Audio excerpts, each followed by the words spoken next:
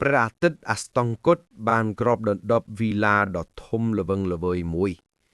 នៅខាងក្នុងរូបសំណាកព្រះពុទ្ធដ៏អឡារឹកមួយត្រូវបានងូតដោយពន្លឺពណ៌មាសបន្តិចម្ដងបរិយាកាសជុំវិញបានលិចចូលទៅក្នុងភាពងងឹតដ៏ស្ងប់ស្ងាត់ដោយមានតែតំបន់ជុំវិញរូបសំណាកព្រះពុទ្ធប៉ុណ្ណោះដែលបញ្ចេញពន្លឺភ្លើងតិចៗទល់មុខនឹងរូបសំណាកនោះមានតួលេខមួយឈរយ៉ាងខ្ពស់ជាងឈុងឈរដោះអាវបង្ហាញសាច់ដុំបញ្ចេញនៅចំហាយអំណាចដែលហាក់ដូចជាត្រៀមខ្លួននឹងផ្ទុះឡើងថាមពលបានហូរចូលទៅក្នុងដៃរបស់គាត់យឺតថាមពលនៅក្នុងបាតដៃរបស់គាត់ហាក់ដូចជាអាចដុតបំផ្លាញអ្វីទាំងអស់ដៃរបស់ជាងឈុងចាប់ផ្ដើមធ្វើចលនាដោយភាពរហ័សរហួនបន្ទាប់មកគាត់បានវាយដៃរបស់គាត់ដោយកាត់ខ្វែងគ្នានៅពីមុខដងខ្លួនដើម្បីបង្កើតជាក្បាច់កណ្ដាប់ដៃដ៏ខ្លាំងក្លាមិនត្រឹមតែប៉ុណ្ណោះជាងឈុងបានបន្តចលនារបស់គាត់យ៉ាងលឿនក្បាច់កណ្ដាប់ដៃរបស់គាត់ពិតជាសាហាវនិងខ្លាំងក្លាជំហាយអំណាចដែលប្រមូលផ្ដុំនៅក្នុងបាតដៃរបស់គាត់ស្រាប់តែបង្កើតបានជាកងរង្វង់មួយដោយវិលចូលទៅក្នុងភាពទំទេទោះជាយ៉ាងណាក៏ដោយជាងឈុងនៅតែរក្សាភាពស្ងប់ស្ងាត់យ៉ាងខ្លាំងនៅពេលប្រឈមមុខនឹងកងរង្វង់នេះគាត់បានដកដង្ហើមធំភ្លាមនោះចរន្តនៃចំហាយអំណាចជាច្រើនបានផ្ទុះឡើងដោយបញ្ចេញថាមពលយ៉ាងសន្ធឹកសន្ធាប់ជាងឈុងបានដើរទៅមុខយ៉ាងស្ងប់ស្ងាត់ដោយដាក់ដៃមួយខាងនៅលើទ្វារឈើនិងរុញវាបោកដោយដៃមួយខាងទៀតគាត់បានឈរនៅមុខពន្លឺរាងកាយដ៏រឹងមាំរបស់អ្នកចម្បាំងរបស់គាត់បានបញ្ជាក់នូវចំហាយអំណាចដ៏អស្ចារ្យរបស់គាត់ជាងឈុងបានឈានជើងចេញទៅខាងក្រៅកន្លែងដែលមានភូមិមនុស្សកំពុងរង់ចាំរួចជាស្រេចពួកគេបានលុតជង្គង់នៅលើដីដោយស្រែកព្រមគ្នាថាដើម្បីអនាគតដ៏ភ្លឺស្វាងដើម្បីថាមពលកាន់តែអស្ចារ្យអរគុណដល់បក្សរបស់យើងអរគុណដល់មេបក្សដោយអ្នកដើរតាមដ៏ស្មោះត្រង់មាត់របស់ពួកគេមិនឈប់ស្រែកសរសើរឡើយយើងសូមជូនពរឲ្យលោកមានជីវិតអមតៈនិងសូមជូននៅអ្វីដែលល្អបំផុតនៅក្នុងពិភពលោកដល់លោកជាងឈុងបានឈរនៅទីខ្ពស់ដោយមើលឃើញអ្វីទាំងអស់មហេរបាទបានបន្លឺឡើងម្ដងទៀតពេញលំហដើម្បីអនាគតដ៏ភ្លឺស្វាងរូបរាងកាយដ៏រឹងមាំនិងសាច់ដុំរបស់គាត់អាចមើលឃើញយ៉ាងច្បាស់នៅក្នុងពន្លឺសាច់ដុំដើមទ្រូងនិងពោះរបស់គាត់បង្ហាញពីកម្លាំងដ៏មហិមានិងថាមពលដ៏បរិបូរណ៍ជាងឈុងដោយទឹកមុខដ៏អូឡារឹកបានសម្លឹងមើលទៅភូមិមនុស្សដែលកំពុងគោរពគាត់ភ្លាមនោះគាត់បានសម្លឹងមើលជុំវិញហើយស្រែកហៅយ៉ាងខ្លាំងថាសៀស៊ីគ្រាន់តែការហៅបានបញ្ចប់តួលេខមួយបានលេចឡើងនៅពីក្រោយគាត់លឿនដូចផ្លែកបន្តបុរសចំណាស់នោះបានឆ្លើយតបដោយគោរពថាសៀស៊ីនៅទីនេះរងចាំបញ្ជារបស់លោកជាងឈុងមិនបានមើលគាត់ទេដោយបញ្ជាយ៉ាងត្រជាក់ថាអ្នកត្រូវកោះហៅក្រុមទាំងអស់ក្នុងបកក្នុងរយៈពេល2សប្តាហ៍ខាងមុខរួមទាំងក្រុមរបស់ហ្គាំងនិងមីងផងដែរសៀស៊ីបានបិទភ្នែកអោនក្បាលនិងនិយាយថាតាមបញ្ជារបស់លោកគាត់បានងាកក្បាលបន្តិចហើយហៅក្នុងទឹកដមត្រជាក់ថាវូតតាមការរំពឹងទុកមនុស្សម្នាក់បានលេចឡើងយ៉ាងលឿនដោយសំពាក់ដៃដោយគោរពវូតួនៅទីនេះរងចាំបញ្ជារបស់មេបកគាត់បានបញ្ជាទៅវូតួយ៉ាងម៉ឺងម៉ាត់ថារាយការណ៍ពីការលំបាកទាំងអស់ដែលសិស្សនៅក្នុងបកបានជួបប្រទះបញ្ហាដែលអ្នកមិនទាន់បានដោះស្រាយបុរសនោះបានបិទភ្នែកធ្វើបានត្រឹមតែគោរពតាមបញ្ជារបស់លោកបន្ទាប់មកជាងឈៀងបានលាតដៃរបស់គាត់ទៅកាន់សិស្សទាំងឡាយដោយរឹកកាពីដ៏អស្ចារ្យសម្លេងរបស់គាត់ដូចជាផ្គររឡាន់លើកពីនេះទៅទៀតការហាមឃាត់មិនឲ្យសិស្សចេញទៅក្រៅនឹងត្រូវបានដកចេញការផ្លាស់ប្ដូរច្បាប់បានធ្វើឲ្យអ្នករាល់គ្នាមានភាពរំភើបយ៉ាងខ្លាំងដោយស្រែកយ៉ាប់អរព្រមគ្នាយើងសូមជូនពរឲ្យលោកមានអាយុយឺនយូរមេបកអាយុយឺនយូរដើម្បីអនាគតដ៏ភ្លឺស្វាងមេបកអាយុយឺនយូររាងកាយទាំងមូលរបស់ជាងឈៀងបានបញ្ចេញចំហាយអំណាចដ៏ក្តៅគគុកនៅពេលគាត់សម្លឹងមើលជុំវិញ មុខមាត់ដ៏សង្ហារបស់គាត់ហាក់ដូចជាបានឆ្លាក់យ៉ាងល្អិតល្អន់មេប៉ាដ៏អស្ចារ្យដែលមួយសតវត្សមានតែម្ដងបានលេចចេញមកនៅពេលនេះជាងឈៀងបានជួយយ៉ាងស្ងៀមស្ងាត់នៅមុខកងរំវង់ភូមិដ៏ស្ងប់ស្ងាត់នៅស្រស់ស្អាតមួយស្អាតរហូតដល់ធ្វើឲ្យគេលាន់មាត់ថាវ៉ាវអាកាសធាតុពិតជាល្អណាស់បរិសនោះបានសម្លឹងមើលទៅខ្ទមប្រក់ស្បូរដែលនៅជិតនោះដែលជាកន្លែងតួលេខបរិសចំណាំម្នាក់ដែលផ្អែកនៅដំបងបានលេចឡើងតើខ្ញុំវង្វេងមកដល់ទីនេះដោយរបៀបណាឃើញម្ដាយនិងកូនកាន់ដៃគ្នាយ៉ាងសប្បាយរីករាយគាត់ពោពេញដោយការកោតសរសើរប្រសិនបើខ្ញុំដូចជាពួកគេរៀនធ្វើការងារផ្ទះខ្លះឬដូចជាមនុស្សឧស្សាហ៍ព្យាយាមនៅក្នុងវាលស្រែរៀនធ្វើស្រែដោយឧស្សាហ៍ខ្ញុំថែមទាំងសុខចិត្តធ្វើជាអ្នកស៊ីឈ្នួលចិត្តផងប៉ុន្តែគួលូគ្រាន់តែផ្អែកខ្លួននឹងជញ្ជាំងសម្លឹងមើលទៅមុខដែលអត់សង្ឃឹមមុខរបស់គាត់ពោពេញដោយស្នាមជ្រាវជ្រួយនៃពេលវេលាពេលណាដែលគាត់គិតអំពីអតីតកាលបេះដូងរបស់គួលូកាន់តែធ្ងន់វាជាកំហុសរបស់ខ្ញុំទាំងអស់ប្រសិនបើខ្ញុំមិនបាននិយាយថាខ្ញុំចង់ក្លាយជាអ្នកចម្បាំងនៅថ្ងៃនោះហើយមិនបានធ្វើរឿងឈួតគួតទាំងនោះគាត់មានអារម្មណ៍សោកស្ដាយនៅក្នុងបន្ទប់នោះខ្ញុំនឹងមិនមកដល់ភូមិ Peach Blossom នេះដោយបោកប្រាស់និងកុហកទេការចងចាំចាស់បានហូរត្រឡប់មកវិញគាត់នឹកឃើញគូលូកាលពីអតីតកាលបរិសដែលបានអួតរាប់មិនអស់ធ្វើឲ្យអ្នកភូមិជឿគាត់ទាំងស្រុងគាត់បានអួតប្រាប់អ្នកភូមិទាំងមូលដោយមោទនភាពថាគាត់គឺជាអ្នកស្នងតំណងចំនួនទី17នៃបាក់ Shadowless អ្នករកគ្នាមានការផ្ចាបោចំពោះពាក្យរបស់គាត់ហេតុអ្វីបានជាអ្នកមានសិទ្ធិដុំធំម្ល៉េះប្រសិនបើភូមិរបស់យើងមានអ្នកចម្បាំងយើងនឹងមិនត្រូវគេប្លន់ទៀតទេនៅពេលនោះគួលូក្រាន់តែសើយដោយមោទនភាពត្រឡប់មកបច្ចុប្បន្នវិញមុខរបស់គាត់ទទួលបានភាពស្មោះត្រង់បន្តិចអ្វីដែលខ្ញុំទទួលបានបន្ទាប់ពី45ឆ្នាំនៃការវង្វេងក្នុងពិភពគុណគឺពាក្យមួយម៉ាត់ទៅមុខគួលូបានឈានជើងមួយជំហានទៅមុខពាក្យមួយម៉ាត់ថយក្រោយ10គាត់បានថយក្រោយ10ជំហានភាពប្រៀបធៀបបន្តិចគ្រាន់តែមួយជំហានទៅមុខ10ជំហានថយក្រោយឈ្មោះដែលគ្មាននរណាម្នាក់ស្គាល់គាត់បានត្អូញត្អែរពីជីវិតរបស់គាត់ខ្ញុំច្បាស់ជាអ្នកដែលបោកប្រាស់អ្នកដទៃប៉ុន្តែហេតុអ្វីបានជាមានអារម្មណ៍ថាខ្ញុំជាអ្នកដែលត្រូវបានគេបោកប្រាស់ទៅវិញនៅក្នុងការចងចាំរបស់គាត់វាគឺជាផ្ទះដ៏សាមញ្ញមួយនៅក្នុងផ្ទះនោះគួលូអង្គុយស្ដាប់បុរសវ័យកណ្ដាលម្នាក់និយាយរ៉ាមទោះជាយ៉ាងនេះក្តីជំនួសឲ្យការរងទុក្ខនៅទីនេះតើវាមិនប្រសើរទេឬក្នុងការដើរតាមអ្នកចម្បាំងដ៏អស្ចារ្យអ្នកចម្បាំងដ៏អស្ចារ្យមានទំនាក់ទំនងល្អប្រសិនបើមានកន្លែងដែលត្រូវការមនុស្សលោកអាចគ្រាន់តែបញ្ជូនពួកគេទៅទីនោះគាត់ធ្វើដូចជាមិនបានឮសំណួរនោះដោយអង្គុយផឹកតាយ៉ាងស្ងប់ស្ងាត់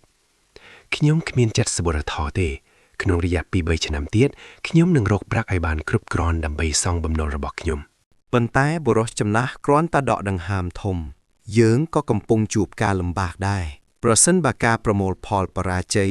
យុវជន1ឬ2នាក់នៅក្នុងភូមិនឹងដាច់គោះស្លាប់បុរសចំណាស់ស្រាប់តែក្រោកឈរហើយកោសក្បាលក្រៅពីនេះក្មេងៗដែលគ្មានឪពុកម្ដាយទាំងនោះជាការពិតណាស់ត្រង់ចំណុចនេះបុរសចំណាស់ស្រាប់តែលោកដៃចុះក្នុងហៅប៉ៅហើយរាវរកប៉ុន្តែប្រសិនបើពួកគេទៅជាមួយលោកប្រហែលជាពួកគេអាចរៀនអ្វីមួយហើយមានឱកាសរកស៊ីនៅពេលក្រោយមែនទេបន្ទាប់មកដៃស្គុំស្កាំងរបស់បុរសចំណាស់បានហុចថង់ប្រាក់មួយនេះគឺជាសហុយធ្វើដំណើររបស់លោកសូមលោកមេត្តាទទួលយកចុះឃើញទ្រព្យសម្បត្តិនៅចំពោះមុខបេះដូងរបស់គួលូបានរង្គោះរង្គើតើនេះពិតជាអាចសងបំណុលនៃគុណធម៌បានទេប៉ុន្តែខ្ញុំក៏មានមនសិការដែរទោះជាយ៉ាងណាក៏ដោយខ្ញុំនឹងជួបពួកគេសិនសម្លឹងមើលទៅក្នុងថង់នោះភាពលោភលន់មួយបានកើតឡើងនៅក្នុងចិត្តរបស់គាត់មិនមានប្រាក់សំបីតែមួយខ្សែនៅខាងក្នុងប៉ុន្តែទោះបីជាវាជាកាក់សពុនក៏ដោយក៏វាមិនអាក្រក់សម្រាប់សហុយខឿដំណើរដែរ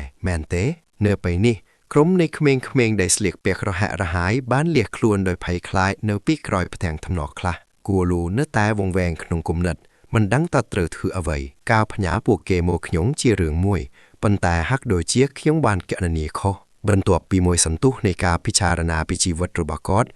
ក៏ងាកហើយក្រោកឈរយ៉ាងលឿនក្នុងរយៈវែងខ្ញុំជាអ្នកដែលខាត់បងតែម្នាក់ឯង ទោះបីជាគាត់គិតបែបនេះក៏ដោយ Guolu នៅតែងាកក្រោយវិញជាមួយនឹងទឹកមុខដ៏សប្បុរស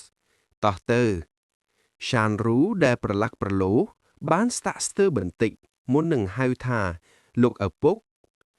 ពួកគេបានដើរតាមម្ដងមួយនៅពីក្រោយតួអេស្គមស្គាំងរបស់បុរសចំណាស់នៅពេលនេះនៅទីឆ្ងាយតួអេងងឹតមួយបានលួចមើលតាមចន្លោះទ្វារនាងបានលោក្បាលចេញដោយក្តីបារម្ភដោយនិយាយជាមួយនឹងទឹកដុំសោកស្ដាយពុកបានឲ្យប្រាក់គាត់មួយទម្លឹងតើវាមិនច្រើនពេកទេឬបុរសចំណាស់ដោយឃើញការជំទាស់របស់នាងបានសម្លឹងមើលនាងហេតុផលដែលយើងមិនដាវវង្វេងមិនរក់នៅមួយថ្ងៃសម្រាប់មួយថ្ងៃគឺដោយសារតែយើងស្គាល់កម្លែងរបស់យើងនិងគោរពគោលការណ៍តើនេះជារឿងដែលគួរឲ្យសោកស្ដាយចំពោះប្រាក់មួយទម្លឹងឬដោយត្រូវបានស្ដីបន្ទោសនាងនៅតែចង់ពន្យល់ប៉ុន្តែប្រាក់នោះពាក្យរបស់នាងត្រូវបានកាត់ផ្ដាច់ដោយបុរសចំណាស់ខ្ញុំមិនទាន់បានគិតដល់ក្មេងៗផ្សេងទៀតទេប៉ុន្តែឆានរូគ្រាន់តែត្រូវការចិញ្ចឹមរយៈពេល5ឆ្នាំទៀតហើយគេនឹងក្លាយជាយុវជនដ៏រឹងមាំម្នាក់បុរសចំណាស់បានងាកចេញដោយអស់សង្ឃឹមមិនភ្លេចរអ៊ូទំធាក់ថាខ្ញុំបានរុញច្រានសំណាងល្អចេញហើយយ៉ាងណាក៏ខ្ញុំបានធ្វើតាមបំណងរបស់អ្នកហើយដូច្នេះឈប់និយាយរឿងមិនសមហេតុផលទៀតទៅឬការព្រានប្រដៅរបស់បុរសចំណាស់នាងគ្រាន់តែធ្វើមុខជូរមាត់ដែលត្រីចិញ្ចឹមបានកាត់បន្ថយ មេឃលើភ្នំឥឡូវនេះបានស្រឡះល្អគួររួររក្សាជំហររបស់គាត់ដឹកនាំក្មេងៗឆ្លងកាត់ព្រៃពន្លឺព្រះអាទិត្យបានចុះចូលតាមស្លឹកឈើចាំងមកលើក្បាលរបស់គាត់ឆាន់រូនិងហ្វូជីវបានដើរតាមពីក្រោយគួររួយ៉ាងស្ងៀមស្ងាត់ក្មេងៗនៅខាងក្រោយបាននិយាយគ្នាលេងនៅទីឆ្ងាយគាត់ទើបតែដើរបាន 2-3 ជំហាននៅពេលដែលគាត់ងាកក្បាលហើយឆ្ងល់ថាតើពួកគេដើរទាន់ទេប៉ុន្តែនៅពេលគាត់មើលទៅមុខគួររួហាក់ដូចជាគាត់សម្គាល់អ្វីមួយផ្លូវនៅពីមុខគាត់ស្រាប់តែប្រែជាស្ពិតស្ពិលគាត់បានដើរ 2-3 ជំហានទៀតដោយក្តីបារម្ភហើយបានឃើញច្រាំងថ្មចោតតូចមួយគួររួបានចុះទៅមុនបន្ទាប់មកជួយក្មេងៗផ្សេងទៀតចុះទៅជាមួយឆាន់រូឆ្លៀតឱកាសសម្រាប់គាត់បានអង្គុយមើលក្មេងៗលេងទឹកអាន់ជីងនិងយ៉ាងវូបានផ្ដួចចំណិតលាងដៃនឹងមុខរបស់ពួកគេឆាន់រូបានមើលថែហ្វូជីវគួររួបានខលេកមើលក្មេងប្រុសនោះញញឹមនៅពេលគាត់សម្គាល់ថាក្មេងប្រុសច្បងនេះគឺអាចពឹងពាក់បានបំផុតពេលយប់ធ្លាក់ចុះពួកគេបានប្រមូលផ្ដុំគ្នានៅជុំវិញផ្លែងក្មេងស្រីតូចងងុយហ្គេមតិចដោយស្ងាប់នៅពេលនាងសួរថាលោកឪពុកតើយើងត្រូវដើរប្រមាណទៀតគួររួក៏អស់កម្លាំងខ្លាំងដែរដោយយកដៃបិទមុខឲ្យស្ងាត់ជាច្រើនដងគេងមួយយប់ទៀតនៅទីនេះហើយយើងនឹងជិតដល់ហើយបន្ទាប់មកគាត់បានប្រើរាងកាយរបស់គាត់ជាខ្នើយសម្រាប់ក្មេងៗហើយពួកគេក៏បានដេកយប់ជាមួយគ្នាពេលវេលាបានកន្លងផុតទៅយ៉ាងលឿនហើយមួយយប់ទៀតបានកន្លងផុតទៅព្រះច័ន្ទរឹសខ្ពស់បំភ្លីខ្ទុំប្រាក់ស្បៅមួយក្មេងៗតូចនិងធំអស់កំពុងដេកលប់យ៉ាងស្កប់ស្កល់នៅលើក្តារឈើឃើញក្មេងៗដេកលក់យ៉ាងស្កប់ស្កល់បេះដូងរបស់គាត់មានអារម្មណ៍ធូរស្រាលបន្តិចខ្ញុំបាននាំពួកគេមកផ្ទះមិនថាក្មេងណាដែលខ្ញុំយកទៅផ្ទះណាមុនទេខ្ញុំត្រូវតែឲ្យពួកគេញ៉ាំមួយពេលសិនប៉ុន្តែបន្ទាប់មកគួរលួកបានគិតដល់ថងប្រាក់នោះហើយទឹកមុខឈឺចាប់បានលេចឡើងនៅលើមុខរបស់គាត់វិនាហើយខ្ញុំចង់ភ្លុករសជាតិស្រាឆាហុងខ្លះខ្ញុំត្រូវតែបំពន់ពួកគេឲ្យថតបន្តិចសិនដើម្បីឲ្យពួកគេមើលទៅសមរម្យជាងនេះព្រឹកបន្ទាប់មន់ស្ងោពណ៌មាសចំនួន3ត្រូវបានបាក់នៅចំពោះមុខពួកគេក្មេងៗទាំងអស់មានការភ្ញាក់ចំពោះទិដ្ឋិភាពដ៏ហូរហៀននេះពួកគេស្រាប់តែមុខឡើងក្រហមដោយសម្លឹងមើលទៅទិដ្ឋិភាពតែមួយគាត់ឈរនៅទីនោះសើចយ៉ាងរីករាយហេតុអ្វីមិនញ៉ាំគ្រាន់តែសម្លឹងមើលបែបនេះហ្វូជូនិងអានជីងបានឆ្លើយយ៉ាងស្មោះត្រង់ថានេះជាលើកទី1ហើយដែលខ្ញុំឃើញសត្វច្រើនបែបនេះខ្ញុំក៏ដូចគ្នាឃើញថាពួកគេឃ្លានគួរលួកបានក្រវីបៃតោះញ៉ាំទៅ ក្រនតែគាត់និយាយចប់ឆានរូកំពុងតែត្រាបាក់ជើងមួយទៅហើយក្មេងប្រុសនោះកំពុងតែកកេស្ប៉ាន់ងัวយ៉ាងវូកាន់សាច់ដុំធំពីរនៅក្នុងដៃរបស់គាត់ឆ្ងាញ់ណាស់ក្មេងស្រីតូចញ៉ាំយ៉ាងយឺតវូឡានកំពុងរីករាយនឹងសាច់មួយដុំវែងដែលមានឆ្អឹងស៊ីសិនដល់ក្តីលោភលន់បាំងចាប់យកសាច់ដុំធំនឹងកដៅដែលស្ទើរតែធ្វើឲ្យមាត់របស់គេភោឃើញក្មេងៗញ៉ាំយ៉ាងឆ្ងាញ់ពិសាគួរលោកមិនអាចជួយអ្វីបានក្រៅពីបង្ហាញស្នាមញញឹមដ៏ទន់ធ្លានថ្ងៃនេះគួរលោកចាប់ដាងកណនីនៅពេលគាត់ដួសបាយអង្គរនេះត្រូវបានទិញដោយលុយចុងក្រោយរបស់គាត់ពេលគាត់ចាក់វាចូលពីងក៏ពេញយ៉ាងលឿនហ្គាលូសម្លឹងមើលអាហារដ៏តិចតួចមួយដោយមិនពេញចិត្តវាគ្រាន់តែអាចហូបបាន 2-3 ថ្ងៃប៉ុណ្ណោះគ្រាន់តែ 2-3 ថ្ងៃនៅពេលក្រោយពេលឃីងយ៉ាម៉ាសួរខៀងថាខ្ញុំបានធ្វើអំពើល្អអ្វីខ្លះក្នុងជីវិតខ្ញុំនឹងមានអ្វីនិយាយប្រាប់គាត់ពេលចាក់អង្គររួចរាល់ក្តីបារម្ភរបស់គាត់ក៏រលាយបាត់គាត់ប្រាប់ខ្លួនឯងថាចាត់ទុកវាជាការសន្សំបុណ្យទៅចុះនៅក្បែរនោះក្មេងៗកំពុងញ៉ាំពងមាន់ស្ងោរពណ៌មាសក្មេងប្រុសម្នាក់បានញ៉ាំរបស់គាត់អស់យ៉ាងឆ្ងាញ់ពិសាអានជីងនៅតែពិបាកក្នុងការបកសម្បកពងរបស់នាងខណៈដែលក្មេងប្រុសម្នាក់ទៀតកំពុងលេងសើចដោយយកពងមាន់គោះលើក្បាលរបស់គាត់ហ្វូជាវសម្លឹងមើលគាត់ដោយខឹងប៉ុន្តែជីសិនគ្រាន់តែក្រវីដៃហើយផ្ដល់ហេតុផលមិនសម្រម្យថាធ្វើបែបនេះស្រួលបកជាងដោយសារតែក្មេងៗទាំងនេះអារម្មណ៍របស់គួលូប្រសើរឡើងច្រើនប៉ុន្តែក្នុងចិត្តជ្រៅគាត់នៅតែគិតគូរគ្រាន់តែ 2-3 ថ្ងៃទៀតប៉ុណ្ណោះពួកគេចាប់ផ្ដើមមានសុខភាពល្អបន្តិចហើយបន្ទាប់ពីញ៉ាំឆ្អែតក្មេងៗបានរត់ទៅមាត់ទន្លេទៅលេងម្ដងទៀតពេលនោះគួលូបានដើរមកជាមួយកន្ត្រាក់ពោតក្មេងៗមកញ៉ាំពោតក្មេងៗបានរមូលទុំគ្នាមកកកេពោតជីសិនដែលនៅតែមិនដឹងអីបានយកផ្លែពោតទៅវាយក្បាលហ្វូជាវធ្វើឲ្យហ្វូជាវខឹងពោតមិនចាំបាច់យកមកវាយបំបែកទេលើច្រាំងទន្លេគួលូឈរតែម្នាក់ឯងដោយខ្វាន់ដៃឲ្យស្ងៀមនៅសល់តែ3ថ្ងៃទៀតទេ3ថ្ងៃទៀតនឹងគ្រប់គ្រាន់ហើយមេឃប្រែជាខ្មៅដោយទឹកថ្នាំនៅសល់តែពន្លឺផ្កាភ្លានៅក្នុងខ្ទមដ៏កំសត់ក្មេងៗកំពុងស្ដាប់រឿងនិទានរបស់គួលូយ៉ាងយកចិត្តទុកដាក់ជុះណាខ្លាក៏ឃើញពន្លឺហើយដើរមករភ្លាមនោះក៏ធ្វើមុខកាចដោយខ្លាឃ្លានធ្វើឲ្យក្មេងៗភ័យវាខំក្មេងៗពួកគេពិតជាភ័យខ្លាចណាស់ហើយប្រញាប់ជួយចូលក្រោមភួយគួរឲ្យខ្លាចណាស់ដោយដឹងថាគាត់លេងសើចជ្រុលពេកគូលូក៏ញញឹមម្ដងទៀតហើយលួងលោមពួកគេតោះឆាប់ចូលគេងទៅពួកគេទៀងភួយដណ្ដាប់ដោយស្ដាប់បង្គាប់ហើយសម្លឹងមើលគាត់ដោយក្តីភ័យខ្លាចបន្តិចបាទលោកឃើញក្មេងៗស្ដាប់បង្គាប់បែបនេះគូលូមានអារម្មណ៍អាឡោះអាល័យក្រាំងចិត្តប្រសិនបើអាចនៅបាន 2-3 ថ្ងៃទៀតគឺល្អណាស់គាត់សម្លឹងមើលក្មេងៗដែលដេកក្បែរគ្នាលងលូកយ៉ាងស្កប់ស្កល់ក្រោមភួយហើយអារម្មណ៍រំជួនចិត្តក៏កើតឡើងឥឡូវនេះគីងបារម្ភពីម្ហូបអាហារនិងការរស់នៅរបស់ពួកគេភ្លាមនោះគាត់ឃើញហ្វូជីវនៅមិនស្ងៀមហើយធាក់ភួយចាញ់ក៏លូដើរទៅដណ្ដាប់ភួយឲ្យក្មេងប្រុសនោះគង់បារម្ភនឹងនាំពួកឯងទៅកន្លែងដែលមិនដាច់បាយក្មេងរពឹសនេះប្រយ័ត្នផ្ដាសាយមិនយូរប៉ុន្មានយប់ដ៏វែងក៏កន្លងផុតទៅហើយមេឃចាប់ដើមភ្លឺ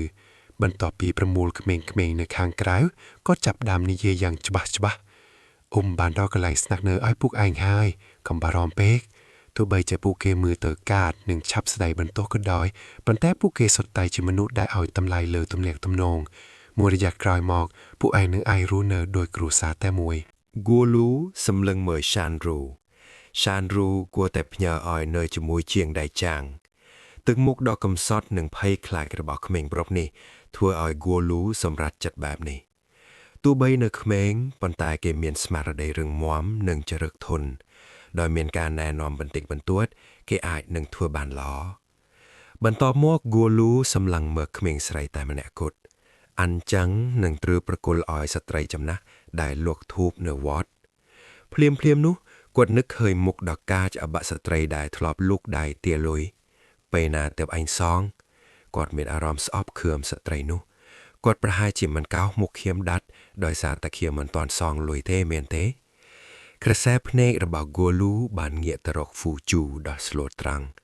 ក្មេងប្រុសនេះឆ្លាតជាងគេក្នុងចំណោមទាំងអស់គ្នាការបញ្ជូនគេទៅហាងបាយអ៊ីវីបាននិងធានាថាគេមិនដាច់បាយឡើយឃើញទឹកមុខអស់សង្ឃឹមនិងក្រៀមក្រំរបស់ក្មេងៗចិត្តរបស់គាត់មានអារម្មណ៍ឈឺចាប់តែខ្ញុំគួរធ្វើដូចម្ដេចកូនរបស់ខ្ញុំក៏ចង់បន្តរស់នៅបែបនេះដែរប៉ុន្តែហើយខ្ញុំសំបីតែខ្លួនឯងក៏មើលថែមិនបានផង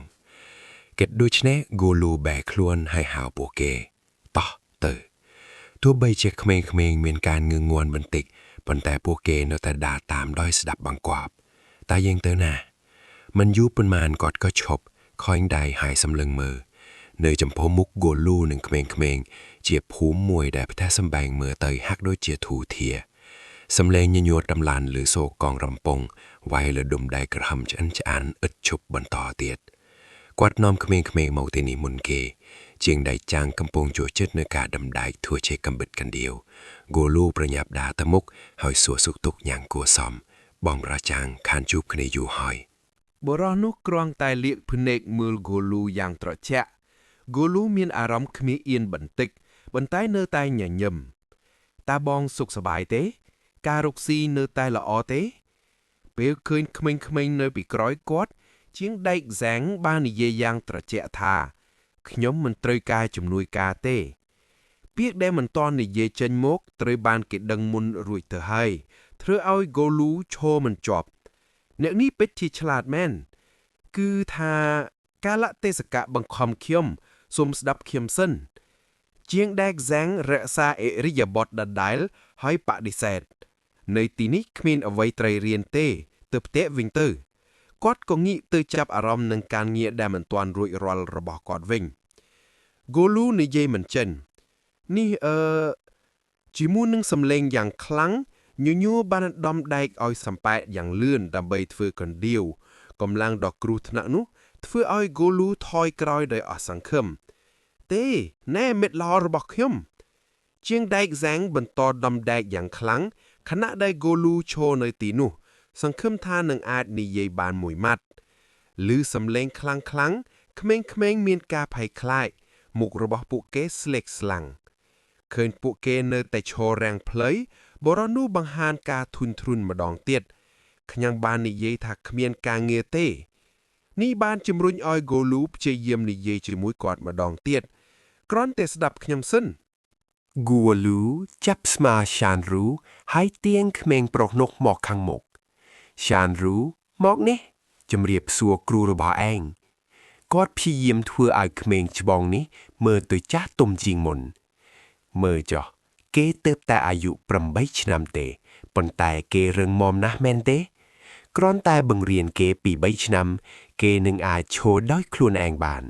ពាក្យសម្ដីដ៏ផ្អែមល្ហែមទាំងនេះធ្វើឲ្យបរិសនោះចាប់ផ្ដើមរីរែកភ្លាម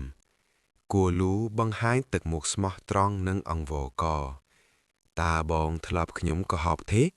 ឆាន់រូស្មោះត្រង់និងតស៊ូណាស់ក្មេងប្រុសមិននិយាយមួយម៉ាត់ស្ដាប់តែឪពុកធរនិយាយជំនួសជឿខ្ញុំចោះគ្រាន់តែសាកលបងបង្រៀនគេបងមិនអាចធ្វើការតែម្នាក់ឯងរហូតទេមែនទេគាត់បានលើកហេតុផលដ៏គួរឲ្យជឿជាក់បំផុតដោយសង្ឃឹមថាឆានរូនឹងត្រូវតែទទួលយកក្មេងប្រុសនេះគឺជាក្មេងល្អបើគេត្រូវបានបណ្ដុះបណ្ដាលល្អបងនឹងមិនចាំបាច់ធ្វើការតែម្នាក់ឯងទៀតទេតើវាល្អប៉ុណ្ណាទៅខ្ញុំជឿជាក់លើបងតែម្នាក់គត់ឮពាក្យទាំងនេះជាងដៃចាំងក៏មានអារម្មណ៍ទន់ចិត្តបន្តិចគាត់ដកដង្ហើមធំហាក់ដូចជាយល់ព្រមគាត់អោនចុះដើម្បីណែនាំឆានរូចាប់ពីពេលនេះទៅអ៊ំនេះគឺជាគ្រូរបស់ឯងត្រូវស្ដាប់គ្រូរបស់ឯងទឹកភ្នែករបស់ក្មេងប្រុសក៏រមៀលវកពេញភ្នែកពេលសម្លឹងមើលគោលូដោយកោបភ្នែកអង្វរកលោកតាខ្ញុំចង់នៅជាមួយលោកតាឃើញឆានរូជាប់ចិត្តនឹងខ្លួនបែបនេះគោលូត្រូវតែតាំងចិត្តឲ្យរឹងហើយនិយាយធ្ងន់ល្អិតខ្ញុំបានប្រាប់ឯងហើយខ្ញុំធ្វើបែបនេះដើម្បីល្អដល់ឯងក្នុងសម័យនេះការរៀនជំនាញដើម្បីចិញ្ចឹមជីវិតគឺជាសំណាងសម្រាប់ឯងហើយក្មេងប្រុសបានត្រឹមតែក្តាប់ដៃអោរបស់គោលូដោយស្ងៀមស្ងាត់គោលូព្យាយាមនិយាយថាក្មេងនេះស្ដាប់បន្ទាប់មកគាត់ក៏ដកដៃចេញយ៉ាងដាច់អហង្ការ ដៃរបស់សានរូក៏របូតចេញពីមនុស្សដែលបានមើលថែគាត់ប៉ុន្មានថ្ងៃកន្លងមកនេះគោលូបាយក្រោយហើយដឹកនាំក្មេងៗផ្សេងទៀតចេញទៅដែលពួកគេបានងាកមើលសានរូដោយអាឡោះអាឡៃសានរូបានត្រឹមតែមើលពួកគេចាក់ចេញដោយក្តីនឹករលឹកលោកតាភ្នែករបស់គេពេញដោយទឹកភ្នែកលោកតាកុំទុកខ្ញុំចោលសំឡេងអង្វររបស់ក្មេងប្រុសធ្វើឲ្យគោលូឈប់ដើរហាក់ដូចជាវាបានចាក់ទម្លុះបេះដូងរបស់គាត់ខ្ញុំនឹងស្ដាប់បង្គាប់ខ្ញុំនឹងធ្វើអ្វីគ្រប់យ៉ាងដែលលោកតាប្រាប់ឲ្យធ្វើគោលូក៏ឈឺចាប់ដែរប៉ុន្តែព្យាយាមឈរឲ្យរឹងមាំតើខ្ញុំធ្លាប់និយាយថាខ្ញុំបបង់ចោលឯងនៅពេលណាខ្ញុំកំពុងព្យាយាមផ្ដល់ជីវិតល្អដល់ឯងដើម្បីកុំឲ្យនៅយូរគាត់ប្រញាប់ជំរុញក្មេងៗនៅសល់ឆាប់ឡើងក្មេងៗនៅតែងាកមើលសានរូហើយខ្លះក៏ចាប់ផ្ដើមយំក្មេងប្រុសនោះលែងអាចទ្រាំបានក៏យកដៃខ្ទប់មុខហើយយំសោកបកខ្លួនអង្វរថាលោកតាកុំទុកខ្ញុំចោលសានរូងើបមុខដែលប្រឡាក់ដោយភក់មកមើលគោលូនិងនិយាយដោយអស់សង្ឃឹមថាខ្ញុំនឹងញ៉ាំបាយតែបន្តិចទេញ៉ាំម្ដងរៀងរាល់2ថ្ងៃក៏បានដែរខ្ញុំនឹងខិតខំធ្វើការដូច្នេះលោកតាខ្ញុំសូមអង្វរឃើញក្មេងប្រុសក្នុងស្ថានភាពគួរឲ្យអាណិតបែបនេះគោលូងាកក្រោយវិញទុកមុខពោពេញដោយការឈឺចាប់និងអាឡោះអាឡៃក្មេងម្នាក់នេះតើនរណាដាច់ចិត្តទុកគេចោលគោលូសម្លឹងមើលទៅរួងជាងរបស់ជាងដែកសាងវិញរួចព្យាយាមលួងលោមក្មេងប្រុសនោះតើឯងដឹងថាអ៊ំនោះជានរណាទេគាត់គឺជាជាងដែកដែលពូកែបំផុតនៅក្នុងទីក្រុងអ៊ំបានប្រាប់ពួកឯងហើយថាពួកឯងនឹងមិនអីទេចាំមើលចុះពេលឯងធំឡើងឯងនឹងអរគុណអ៊ំសានរូមិនខ្វល់អ្វីទាំងអស់ហើយយំកាន់តែខ្លាំងខ្ញុំពិតជានឹងញ៉ាំបាយតែបន្តិចទេញ៉ាំម្ដងរៀងរាល់3ថ្ងៃក៏បានដែរវាពិតជាពិបាកណាស់ក្នុងការដើរចេញហើយពេលនេះទឹកភ្នែករបស់ក្មេងប្រុសធ្វើឲ្យគាត់ងាកមកវិញម្ដងព្យាយាមលួងលោមក្មេងនេះកុំយំទៀតអីក្មេងផ្សេងទៀតក៏មិនអាចទប់បានដែរហើយចាប់ផ្ដើមយំតាមលោកតាសំឡេងយំដ៏សោកស្ដាយរបស់ក្មេងៗបានហ៊ុំព័ទ្ធក្នុងចិត្តរបស់គោលូលោកតានេះធ្វើឲ្យគាត់ស្លន់ស្លោទាំងស្រុងអោព្រះអើយហ្វូជីវស្រាប់តែរត់មកអោបជើងគាត់ហើយអង្វរថាខ្ញុំនឹងស្ដាប់បង្គាប់ខ្ញុំនឹងញ៉ាំតិចដូចបងសានរូដែរភ្លាមនោះដៃអាវរបស់គោលូត្រូវបានទាញតិចគឺអានជីងដែលកំពុងយំដែរសម្លឹងមើលគាត់ដោយទឹកមុខដ៏សោកស្ដាយនិងគួរឲ្យអាណិតដល់ចំណុចនេះគោលូលែងអាចទប់អារម្មណ៍បាន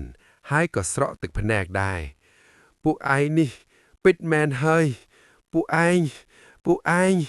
តើនរណាបោះបង់ពួកឯងបើពួកឯងតាមមនុស្សដូចជាខ្ញុំពួកឯងនឹងដាច់បាយមិនខានគាត់ទន់ជង្គង់ដួលទៅលើដីដោយអស់កម្លាំងហើយយំដោយក្តីឈឺចាប់ខ្ញុំកំពុងព្យាយាមរកផ្លូវឲ្យពួកឯងរស់អ្វីគ្រប់យ៉ាងដែលខ្ញុំធ្វើគឺដើម្បីពួកឯងពេលពួកឯងធំឡើងពួកឯងមិនអាចដូចជាខ្ញុំទេក្មេងស្រីតូចបានចូលមកលួងលោមគាត់យ៉ាងលឿនលោកតាសូមគុំយំទៀតអីភ្នែករបស់អាន់ចេងក៏ពោពេញដោយទឹកភ្នែកខណៈពេលដែលយំយ៉ាងខ្លាំងនាងបានយកជាយអាវរបស់នាងមកជូតទឹកភ្នែកឲ្យគួលូពេលខ្ញុំធំឡើងខ្ញុំនឹងមើលថែលោកតាឲ្យបានល្អគួលូមានអារម្មណ៍ថាអស់សង្ឃឹមទឹកភ្នែកនៃក្តីរំជួលចិត្តបានហូរចុះមកលើមុខអូកូនក្មេងទាំង6នាក់បានស្ទុះមកអបគាត់ដើម្បីស្វែងរកក្តីអាណិតអាសូរ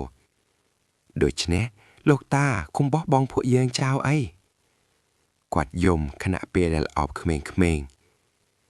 ល្ងងបើពួកឯងរស់នៅជាមួយខ្ញុំពួកឯងនឹងត្រូវដែកបាយសូម្បីតែក្នុងរដូវរងាដ៏ត្រជាក់កាលដែលមានសំណាងមានភួយដណ្ដាប់ជាពរជ័យទៅហើយដូច្នេះសូមស្ដាប់ខ្ញុំប៉ុន្តែនៅទីបំផុតគោលូនៅតែដឹកនាំក្មេងៗទាំងអស់ចេញពីទីនោះពួកឯងយល់ព្រមតោះទៅផ្ទះទោះបីជាគាត់មានការរារាយជាច្រើន តើយើងពិតជាអាចរស់ដោយគ្រាន់តែមានពាក្យសម្ដីបានទេប៉ុន្តែគាត់បានរុញច្រានវាចោលទាំងអស់តោះទៅផ្ទះយើងនឹងរកផ្លូវផ្សេង ផ្ទះដែលធ្លាប់ស្គាល់បានត្រឡប់ទៅរកភាពស្ងប់ស្ងាត់វិញនៅកណ្ដាលយប់ដ៏ស្ងប់ស្ងាត់ក្មេងៗទាំងអស់បានដេកលក់យ៉ាងស្កប់ស្កល់មានតែគួរលក់ប៉ុណ្ណោះដែលនៅភ្ញាក់ពន្លឺទៀនបានបញ្ចាំងយ៉ាងស្រទន់ទៅលើថង់ប្រាក់នៅក្នុងដៃរបស់គាត់គួរលក់ស្រាប់តែនឹកឃើញដល់ទឹកមុខដ៏អាណិតអាសូររបស់ Blacksmith ចាងយកវាទៅប្រាសិនទៅនៅពេលដែលក្មេងនោះរឹងមាំបន្តិចចាំផ្ញើគេមកដោយសារតែឯងគឺជាបងប្រុសធំឃ្លាមទុកចិត្តឯងខ្លាំងណាស់ខ្ញុំមិនអាចនិយាយបានថាស្ថានភាពរបស់ខ្ញុំល្អនោះទេប៉ុន្តែខ្ញុំនៅតែអាចចិញ្ចឹមក្មេងម្នាក់បានបន្ទាប់មកគាត់បានដើរទៅរកហឹបចាស់មួយនៅក្រោមពន្លឺភ្លើងទៀនស្រាបគួរលក់បានបើកវាភ្លាមដៃរបស់គាត់បានប៉ះប្រអប់ដែលតុបតែងយ៉ាងស្អាតពិសានៅខាងក្នុងនៅពេលដែលគួរលក់បើកប្រអប់នោះគាត់មើលទៅហាក់ដូចជាព្រួយបារម្ភហាក់ដូចជាគាត់ចាស់ជាងមុនច្រើនឆ្នាំក្នុងមួយព្រឹកភ្នែកតើវាអាចប្រៅបានយូរប៉ុណ្ណាគាត់សម្លឹងមើលមាសនិងប្រាក់នៅក្នុងប្រអប់ហើយធ្លាក់ក្នុងគំនិតម្ដងទៀតខ្ញុំបានទិញដីទួយមួយកន្លែងនៅក្បែរនោះដោយបំណងថានឹងរស់នៅទីនោះក្នុងវ័យច្រាសរបស់ខ្ញុំគួរលក់គ្រាន់តែអង្គុយស្ងៀមនឹងមុខទៀនដែលភ្លឺភ្លាតការព្រួយបារម្ភអំពីការធ្វើអាហារនិងសម្លៀកបំពាក់បានគ្របក្តៅគាត់ភ្លាមគួរលក់កាន់ក្បាលរបស់គាត់គិតដោយអស់សង្ឃឹមតើខ្ញុំគួរធ្វើដូចម្តេចខ្ញុំបាននាំក្មេងៗមកទីនេះដោយមានផែនការអ្វីទាំងអស់គួរលក់អើយគួរលក់ឯងពិតជាល្ងងណាស់ប្រសិនបើវាទៅកាន់ក្មេងៗឯងគួរតែដាច់ចិត្តបញ្ជូនគេចេញទៅបន្ទាប់មកគាត់បានក្រឡេកមើលទៅមុខថ្មីពីរនាក់ដែលកំពុងដេកលក់យ៉ាងស្កប់ស្កល់ផងដែរផ្ទុយទៅវិញខ្ញុំគ្រាន់តែថែមបន្ទុកប៉ុណ្ណោះឥឡូវនេះមានក្មេងពីរនាក់ទៀតនៅចំណោមពេលគាត់គួរលក់គ្រាន់តែដកដង្ហើមធំដោយអស់សង្ឃឹមទេតើលោកវាខ្លាយជាបែបនេះតាំងពីពេលណាខ្ញុំត្រូវតែសន្សំសំចៃតាមដែលអាចធ្វើបានរកវិធីដើម្បីតស៊ូមិនយូរប៉ុន្មានជាមួយនឹងសំឡេងមន់រងាវព្រះអាទិត្យក៏រះឡើងនៅពេលនេះគាត់បានបញ្ចេញស្នាមញញឹមហើយចូលទៅក្នុងបន្ទប់ព្រឹកហើយដល់ពេលក្រោកហើយ Shanru និង Yang Wu បានក្រោកអង្គុយភ្លាមៗនៅពេលឮសំឡេងរបស់គាត់ក្មេង3នាក់ផ្សេងទៀតបានក្រោកអង្គុយយឺតភ្នែករបស់ពួកគេបើកពាក់កណ្ដាលមានតែស៊ូយូបណ្ណោះដែលត្រូវហ្វូជីវនិងស៊ូធានដាស់ពួនស្រីតូចក្រោកឡើងឃើញក្មេងប្រុសហៀបនឹងដាស់នាង Shanru បានខាត់គាត់ហ្វូជីវកុំដាស់ប្អូនស្រីតូចអីលោកគ្រូបាននិយាយថាប្អូនស្រីតូចត្រូវការគេងបន្ថែមទៀតឮដូច្នោះក្មេងនោះក៏ឆ្លើយដោយស្ដាប់បង្គាប់ថាបាទបងប្រុសធំ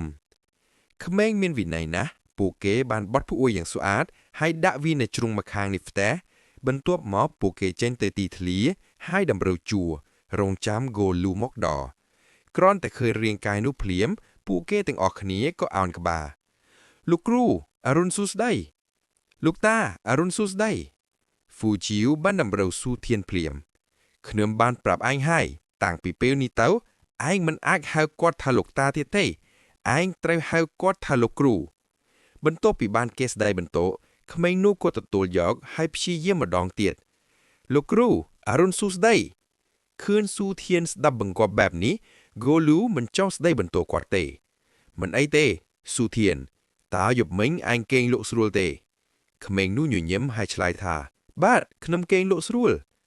បន្ទាប់ពីពួកគេដំរីជួយ៉ាងស្អាតហ្គោលូបាននិយាយខ្លាំងថាតោះចាប់ផ្ដើម Shanru និង Jishin ដែលមានមាឌធំបានរៀនចេះតែម្ដង Yang Wu តូច Su Thian និង Fu Chiu បានហាត់លំនឹងនិងជំហរសេះរបស់ពួកគេ Wu Lan និង An Jing បានហាត់ក្បាច់គុណរបស់ពួកគេយ៉ាងស៊ីចង្វាក់គ្នាជើងរបស់ពួកគេផ្លាស់ទីយ៉ាងរហ័សរហួននិងបត់បែននៅលើដីគួរលូកាន់ជំហររបស់គាត់ហើយវាយមួយដៃបន្ទាប់មកផ្ដល់សញ្ញាម្ដងទៀតក្មេងៗបានធ្វើតាមគាត់យ៉ាងលឿននិងស្អាតពួកគេបានស្រែកនៅពេលហាត់ដើម្បីបង្កើនស្មារតីគួរលូសម្លឹងមើលវូឡានដែលស្ងៀមស្ងាត់បន្ទាប់មកបែរទៅរក Shanru ដែលរស់រវើកគាត់គិតក្នុងចិត្តថាតើខ្ញុំគួររៀបចំពួកគេតាមអាយុឬភ្លាមនោះគួរលូបានបដិសេធគំនិតរបស់ខ្លួនឯងទេទោះបីជាវូឡានជាបងធំក៏ដោយប៉ុន្តែ Shanru គឺជាអ្នកមកដល់មុនគេក្រៅពីនេះបើនិយាយពីអត្តចរិត Shanru ពិតជាជម្រើសត្រឹមត្រូវ បន្ទាប់ពីពិចារណាមួយសន្ទុះគាត់ក៏តម្រង់ខ្នងឥឡូវនេះដកដង្ហើមឲ្យស្មើគ្នា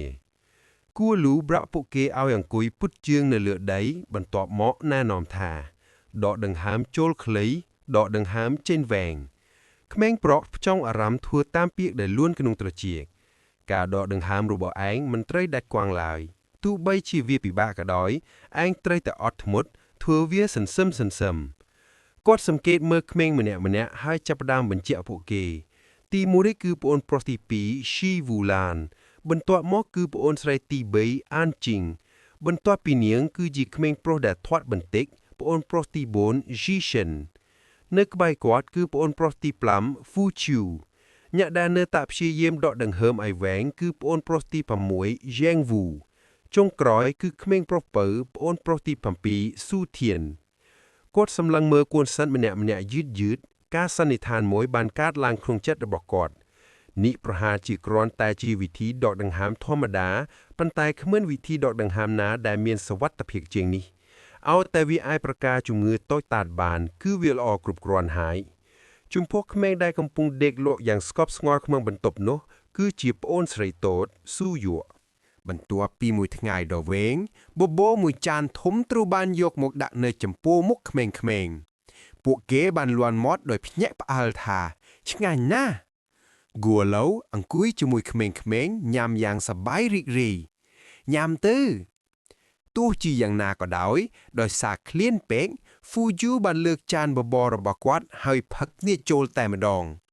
ចានរបស់ក្មេងប្រុសនោះក៏អស់យ៉ាងលឿនសូម្បីតែគួឡូក៏ស្រឡាំងកាំងនៅពេលឃើញល្បឿននេះ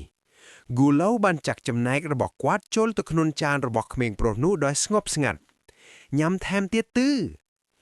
នៅពេលនេះគំនិតមួយបានកើតឡើងចំពោះគាត់ភ្លាមដែលធ្វើឲ្យគាត់ពិចារណាយ៉ាងយូរប្រសិនបើក្មេងៗនៅតែបន្តរស់នៅយ៉ាងលំបាកបែបនេះតើឆ្អឹងរបស់ពួកគេអាចលូតលាស់បានល្អយ៉ាងដូចម្ដេចក្នុងត្រូវរកការងារធ្វើ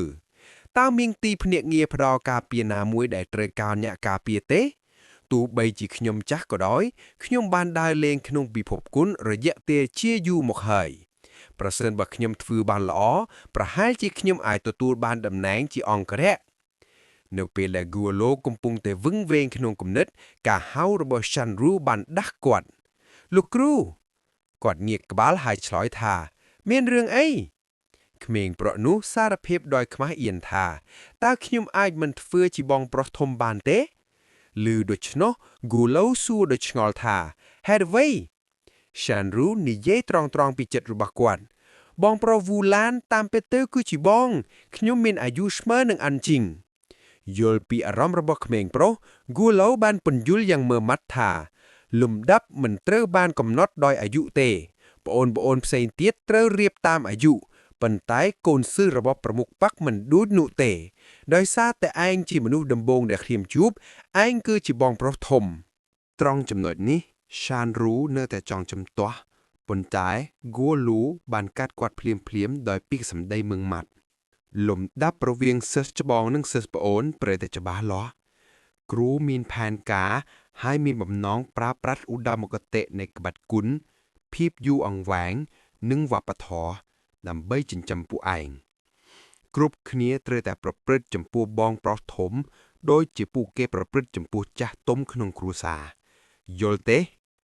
ក្មេងៗមិនបានគិតច្រើនទេហើយឆ្លើយព្រមគ្នាថាបាទតាមពិតទៅគួលូមិនចង់ធ្វើឲ្យមានការលំបាកទេប៉ុន្តែដោយមើលឃើញពីស្ថានភាពបច្ចុប្បន្នគាត់ត្រូវតែធ្វើការសម្រេចចិត្តបែបនេះវាសុទ្ធតែដើម្បីប្រយោជន៍ក្មេងៗដោយសារតែពួកគេមិនមានជាប់សាច់ឈាមនឹងគ្នាពួកគេអាចបង្កើតជាបាក់ពួកបានយ៉ាងងាយប្រសិនបើពួកគេមានអារម្មណ៍ថាត្រូវបានគេធ្វើបាបប៉ុន្តែនៅក្នុងសាលាគុណដែលបងប្អូនមានសាមគ្គីភាពស្ថានភាពនឹងខុសគ្នាពួកគេនឹងការពារគ្នាទៅវិញទៅមកតាមវិធីណាមួយសន្ទុះគាត់យល់ថាគំនិតកំ pl ែងរបស់គាត់នេះគួរឲ្យអស់សំណើចសុកខ្ញុំក៏បានក្លាយជាប្រមុខបាក់ដែរទោះបីជាអ្នកដទៃនឹងសារចំអកខ້ອຍដាច់ក្បាលក៏ដោយប្រសិនបើពួកគេបានឮពាងទឹកនៅខាងក្រៅបានអស់តាំងពីយូរមកប៉ុន្តែមិនយូរប៉ុន្មានវាក៏ពេញវិញដោយសារតែឆានរូបានទៅដងទឹក ក្មេងផ្សេងទៀតបានធ្វើតាមគំរូរបស់គាត់ប៉ុន្តែវូឡានយល់ថាវាធ្ងន់បន្តិច Fu Jiu សម្លឹងមើលមុខរបស់គាត់ដ៏ឈឺចាប់ដោយការមើលងាយបងប្រុសទី2តើបងហត់នឿយដោយសារតែយួរទឹកតែបន្តិចនឹងមែនទេវូឡានញ័រខ្លួនដោយអស់កម្លាំងរបស់នេះគឺ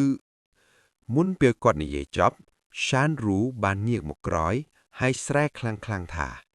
ប្អូនប្រុសទី5តើឯងនិយាយទៅកាន់បងប្រុសទី2របស់ឯងបែបនឹងឬ Fu Jiu ឆ្លើយតបដោយប្រងើយកន្តើយមិនបានកត់សម្គាល់ថាទឹកមុខរបស់វូឡានប្រែជាខ្មៅងងឹតបងប្រុសទី2តែងតែយួរទឹកតិចតួចបែបហ្នឹងតែងតែជ្រើសរើសយួរទឹកតិចបំផុតប្រហែលជាអញ្ចឹងហើយប៉ុន្តែគាត់មានអាយុច្រើនជាងប្អូនប្រុសទី5ឯងមិនគួរនិយាយបែបហ្នឹងទេ Shan Ru ចំតោះដោយបានគេព្រានប្រដៅគាត់ក៏ឆ្លើយតបភ្លាមដោយស្ដាប់បង្គាប់បាទបងប្រុសធំបន្ទាប់មកនៅពេលដែល Shan Ru និង Vu Lan កំពុងយួរទឹកត្រឡប់មកវិញជាមួយគ្នា Shan Ru បាននិយាយឡើងប្អូនប្រុសទី2 Vu Lan ដែលកំពុងតែប្រឹងយួរធុងទឹកបានឆ្លើយថាបាទបងប្រុសធំបន្ទាប់ពីនិយាយរួច Shan Ru បានងាកក្បាលហើយសម្លឹងមើល Vu Lan ជាមួយនឹងទឹកមុខភ្លឺថ្លាឯងចេះអក្សរមែនទេអញ្ចឹងឯងគួរតែធ្វើអ្វីផ្សេង Vu Lan សួរដោយឆ្ងល់ថាអ្វីផ្សេងឃើញ Vu Lan នៅតែមិនយល់ Shan Ru បានពន្យល់យ៉ាងរហ័សថាបងប្អូនផ្សេងទៀតនឹងខ្ញុំមិនចេះអក្សរទេពួកយើងនឹងទៅដំទឹកហើយឯងអាចបង្រៀនពួកយើងឲ្យចេះអក្សរ Vu Lan ដែលយល់ការបានផ្ដល់យោបល់សំហេតុហ្វាល់មួយខ្ញុំអាចដងទឹកជាមួយអ្នកទាំងអស់គ្នាហើយបង្រៀនអ្នកទាំងអស់គ្នាឲ្យចេះអក្សរក្នុងពេលតែមួយ Shan Ru ដើរទៅបណ្ដានិយាយតិចៗថាធ្វើអញ្ចឹងមិនកើតមនុស្សម្នាក់មានអ្វីដែលខ្លួនពូកែលោកគ្រូក៏បាននិយាយដែរថាប្អូនប្រុសទី2មិនចាំបាច់រៀនក្បាច់គុនទេប៉ុន្តែត្រូវរៀនវប្បធម៌លោកគ្រូបានទៅរកសៀវភៅថ្ងៃនេះដូច្នេះចាប់ពីពេលនេះទៅឯងគួរតែផ្ដោតលើការអានដើម្បីក្លាយជាមនុស្សធំនៅពេលនេះ Vu Lan គ្រាន់តែអាចដើរតាមពីក្រោយ Shan Ru ទាំងងឿងឆ្ងល់ទាំងចង់ដឹងហើយនៅតែយួរទឹកបងប្រុសធំតើបងកំពុងធ្វើអ្វី Shan Ru សម្លឹងមើល Vu Lan ជាមួយនឹងកែវភ្នែកដ៏ទន់ភ្លន់បំផុតហាក់ដូចជាកំពុងលួងលោមភាពច្របូកច្របល់ក្នុងចិត្តរបស់គាត់បងជឿថាឯងអាចធ្វើបានប្អូនប្រុសនៅក្នុងទីក្រុងផ្ទះសំណាក់និងហាងស្រាទាំងអស់ត្រូវបានសាងសង់យ៉ាងធំដុំឥឡូវនេះទីផ្សារផ្លាស់ប្ដូរទៅហាងតែ Fragrant Tea House នៅក្នុងហាងតែថៅកែស្រីបកផ្លិតឲ្យខ្លួនឯងហើយដកដង្ហើមធំគ្មានភ្ញៀវសូម្បីតែម្នាក់លាវម៉ៃអង្គុយដោយធុញទ្រាន់រអ៊ូរទាំងថាហេតុអ្វីបានជាថ្ងៃនេះក្តៅម្ល៉េះភ្លាមនោះមានសំឡេងនៅមាត់ទ្វារនាងនិយាយចេញមកដោយទម្លាប់ថាចូលមកឃើញរាងកាយដែលទាំងស្គាល់ទាំងប្លែកនាងសួរថាតើជាអ្នកណាគួលូយកដៃដាក់ក្រោយខ្នងដើរចូលដោយស្តាក់ស្ទើរអញ្ចឹងអ្នកនៅទីនេះដដែលគ្រាន់តែឮសំឡេងភ្លាមនាងក៏ស្គាល់គាត់ភ្លាមនេះមិនមែនជា one step forward 10 steps back ទេឬដោយត្រូវបានគេហៅដោយឈ្មោះហៅក្រៅដែលមិនគួរឲ្យចង់ស្ដាប់បែបនេះគាត់មានការខ្មាស់អៀនយ៉ាងខ្លាំងរហូតដល់មិនដឹងថាត្រូវលាក់មុខនៅឯណាតាមត្រង់ទៅវាមិនមែនជារឿងរុងរឿងទេដែលត្រូវបានគេហៅដោយឈ្មោះនោះនាងបានអញ្ជើញគាត់ឲ្យអង្គុយយ៉ាងលឿនដោយឆ្លើយថាយ៉ាងណាក៏ដោយអ្នកគឺជាតួអង្គដែលមានកិត្តិយសប៉ុន្តែតើអ្នកមិនបានលាងដៃនឹងព្យូដាវរួចហើយទេឬគូលូមានការខ្មាស់អៀនបន្តិចនៅក្នុងការលើកឡើងពីរឿងនេះនោះគឺជាផែនការខ្ញុំត្រូវបានគេសម្លប់ថានឹងលាងដៃនឹងព្យូដាវបន្តទីបញ្ចប់បេសកកម្មនោះឃើញទឹកមុខអស់សង្ឃឹមរបស់គាត់លាវម៉ាយបានលួងលោមគាត់ថាមិនមានមនុស្សច្រើនទេដែលអាចចូលនិវត្តន៍ទាន់ពេលវេលាប៉ុន្តែអ្នកអាចចាត់ទុកថាជោគជ័យហើយគាត់មិនបានរំលឹកវាទៀតទេដោយបដូរប្រធានបទសួរនាងថាតើការរកស៊ីនៅតែល្អទេនាងបានឆ្លើយទៅគួលូដោយស្មោះត្រង់ថាដំបំនេះមិនដូចពីមុនទេតាមពិតទៅខ្ញុំចូលចិត្តសម័យដែលមានភាពច្របូរច្របល់កាលពីមុនជាងតាំងពីពិភពគុណត្រូវបានបែងចែកជាមហាអំណាចធំទាំង4មកការងារសម្រាប់អ្នកត្រាច់ត្រង់ក៏កាន់តែតិចទៅលាវម៉ាយចាក់តែនឹងញញឹមដោយឆ្លៀតឱកាសសួរថាពួកយើងរួមនៅក្នុងពិភពគុណយូរណាស់មកហើយចុះនៅម្ខាងទៀតវិញយ៉ាងម៉េចដែរនៅពេលលើកឡើងពីបញ្ហានេះ នាងក៏ចាប់ផ្ដើមធុញថប់នឹងត្អូញត្អែរថាវាក៏ដូចតែគ្នាដែរចំពោះពិភពក្របដីវាំងណានបានបង្រួមបាក់ពួកទាំងអស់ដូច្នេះសេវាកម្មរបស់ពួកគេមិនសូវត្រូវការទៀតទេតាមធម្មជាតិអ្នកត្រាច់ច្រង់ទាំងអស់បានទៅកន្លែងផ្សេង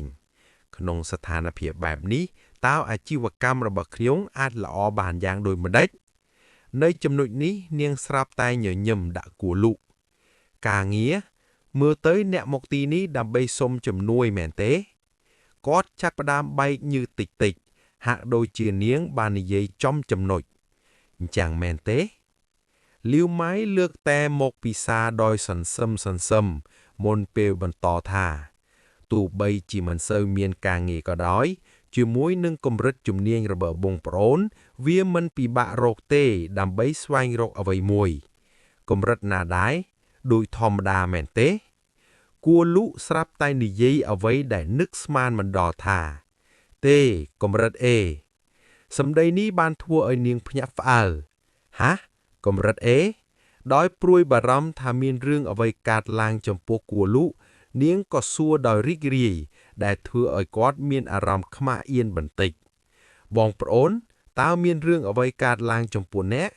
តើជាធម្មតាអ្នកមិនទទួលតែការងារកម្រិត C ឬកម្រិតមធ្យមទេឬគាត់ញញឹមទាំងបង្ខំគ្មានអីទេខ្ញុំគ្រាន់តែត្រូវការលុយខ្លះលេះដល់មិនសមហេតុផលរបស់គាត់បានធ្វើឲ្យលីយូម៉ៃគិតពិចារណាយ៉ាងយូរកម្លាំងរបស់គាត់គឺនៅកម្រិត A ប៉ុន្តែហេតុអ្វីបានជាមនុស្សម្នាក់ដែលតែងតែជៀសវាងបេសកកម្មគ្រោះថ្នាក់ដោយសភាវៈហើយទទួលបានរហ័សស្នៀមនោះស្រាប់តែផ្លាស់ប្ដូរភ្លាមនាងសួរចំថាពេលវេលានិងថ្ងៃកំណត់ហ្គូលូបានពន្យល់ថាពេលណាក៏បានដែរបើអាចខ្ញុំចង់ទៅទីក្រុងផ្សេងលីយូម៉ៃសម្លឹងមើលគាត់ហើយយល់ព្រមខ្ញុំនឹងមើលវាឲ្យត្រឡប់មកវិញក្នុងរយៈពេល15ថ្ងៃទៀតអំពើល្អនេះគឺសម្រាប់ខ្លួនឯងមិនមែនសម្រាប់អ្នកដទៃទេមែនទេដោយសម្រាប់បានគោលដៅរបស់គាត់ហ្គូលូទីបំផុតក៏ញញឹមយ៉ាងស្រស់ស្រាយអរគុណច្រើនដោយការរំពឹងទុកមានតែអ្នកទេដែលអាចទុកចិត្តបាននៅពេលកិច្ចការរបស់គាត់បានបញ្ចប់គាត់ក៏ប្រញាប់លាលីយូម៉ៃដើម្បីត្រៀមខ្លួនចាកចេញអញ្ចឹងខ្ញុំផ្ញើលើអ្នកទាំងអស់ហើយបន្ទាប់ពីគាត់ងាកចេញទៅនាងបានអង្គុយចុះដើម្បីពិចារណាដោយចិញ្ចាមរបស់នាងជ្រីជ្រួញ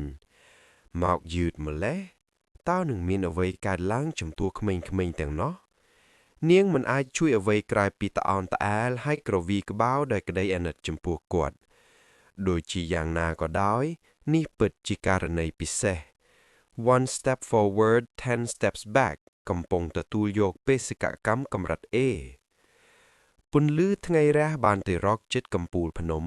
ទឹកសន្សើមពេលព្រឹកបានចាំងពន្លឺនៅក្នុងព្រះអាទិត្យដូចធម្មតាហ្គូលូបានរួបរวมក្មេងៗនៅទីលានតោះត្រៀមខ្លួនហាត់ប្រាណ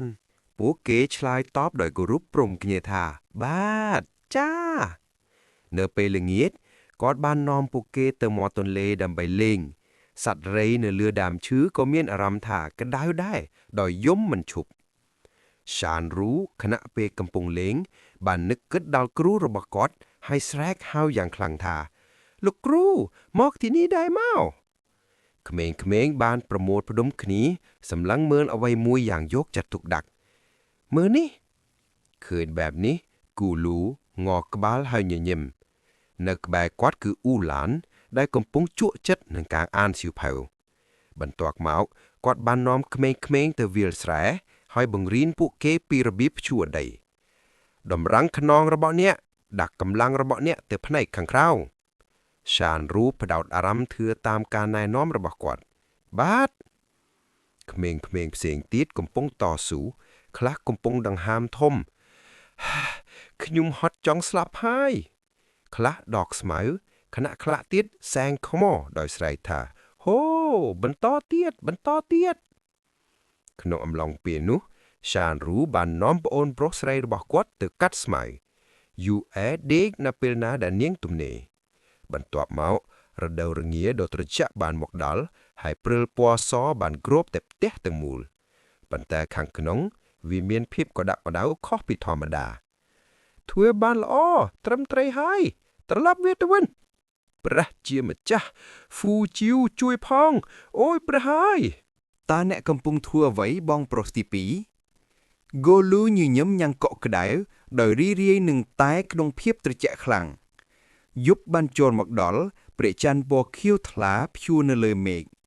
ពន្លឺភ្លើងស្រអាប់បានចូលតាមបង្អួចនៃផ្ទះតូចវូឡានៅតែនៅទីនោះតែម្នាក់ឯងដោយផ្អៀងខ្លួននឹងអានសៀវភៅពើនវេលីបានកំឡងផុតទៅហើយរដូវផ្ការីកបានមកដល់សានរូនៅម្នាក់ឯងក្នុងវាលស្រែដោយកាប់ដីដោយជាប់ដ៏មានឥទ្ធិពលកាប់ដីពេញមួយកន្លែងយ៉ាងលឿនសានរូជោគដោយញើសដោយសារការអស់កម្លាំងប៉ុន្តែគាត់នៅតែញញឹមគាត់មិនអាចជួយអ្វីបានក្រៅពីលើកទឹកចិត្តខ្លួនឯង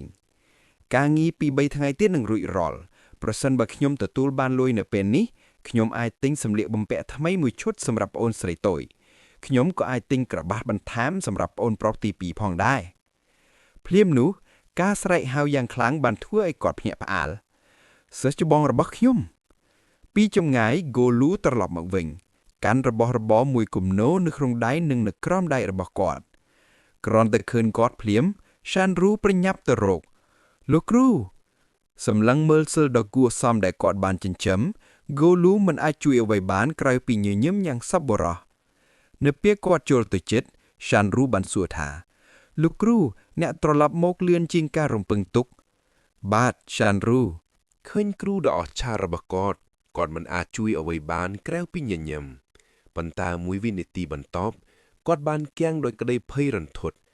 ឃើញថាដៃអាវរបស់ហ្គូលូរហែកសានរូបានស្រែកដោយក្តីបារម្ភថាលោកគ្រូគាត់បានលូកដៃទៅប៉ះវាដោយក្តីបារម្ភប៉ុន្តែគ្រូរបស់គាត់បានឃាត់គាត់ដើម្បីកុំឲ្យគាត់មានអារម្មណ៍រំជួលចិត្តពេកហ្គូលូបាននិយាយថាសិស្សច្បងរបស់ខ្ញុំដៃរបស់គ្រូអ្នកហ៊ីបនឹងបាក់ហើយកាន់នេះសិនសានរូប្រញាប់យកកញ្ចប់ពីដៃរបស់គាត់អរគុណបន្ទាប់មកគាត់បានកាន់របស់របរដែលនៅសល់ហើយដើរទៅមុខមិនភ្លេចសួរថាតើអ្វីមិនអីទេឬសានរូបានឆ្លើយដោយសំឡេងដ៏សោកសៅប៉ុន្តែស្មោះត្រង់ថាបាទលោកគ្រូអ្វីមិនអីទេភ្លាមនោះហ្គូលូបានឈប់ហើយងាកទៅមើលក្រោយតោះទៅជប់ត្រូវបានគេទុកចោលយ៉ាងលឿនមានតែសំឡេងរបស់គាត់ដែលបន្លឺឡើងតោះទៅផ្ទះថ្ងៃស្អែកមកវាស្រែកជាមួយធៀមដើម្បីធ្វើការម្ដងទៀតនៅតាមផ្លូវសានរូបានសម្លឹងមើលគាត់ពីលើចុះក្រោមហើយស្ទាក់ទេក្រការនិយាយវាមិនមែនចឹងទេលោកគ្រូគាត់សម្លឹងមើលដៃអាវអ្នកមានរបួសថ្មីនៅលើខ្លួនទៀតហើយឃើញគាត់ព្រួយបារម្ភបែបនេះហ្គូលូសយហាក់ដូចជាគ្មានអ្វីខុសដើម្បីលួងលោមអារម្មណ៍របស់គាត់គ្មានអ្វីទេកុំបារម្ភ